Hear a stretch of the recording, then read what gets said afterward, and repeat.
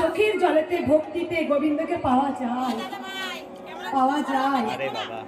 তাই রুহিদাস তিনি কিন্তু গোবিন্দর কৃপা পেয়েছিলেন। প্রহ্লাদের জন্য নৃসিংহ নারায়ণ এসেছিলেন বিষ্ণু, সত্য যুগে ছিলেন নৃসিংহ নারায়ণ,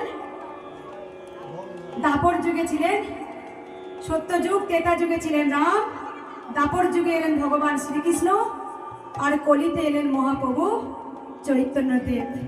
তিনি ঘরে ঘরে নাম সংকীর্তনে বেরিয়ে গেলেন। যার এই মহানাম আজকে মায়েদের বদন থেকে শোনা যাচ্ছে। তাই হরি কথায় আর গোবিন্দ কথায় যে কি পাওয়ার আর যে কি শক্তি, যে একবার অন্তর দিয়ে বলবে হে গিরিধারী, হে নন্দলাল, আমি তোমায় ডাকছি সোনা।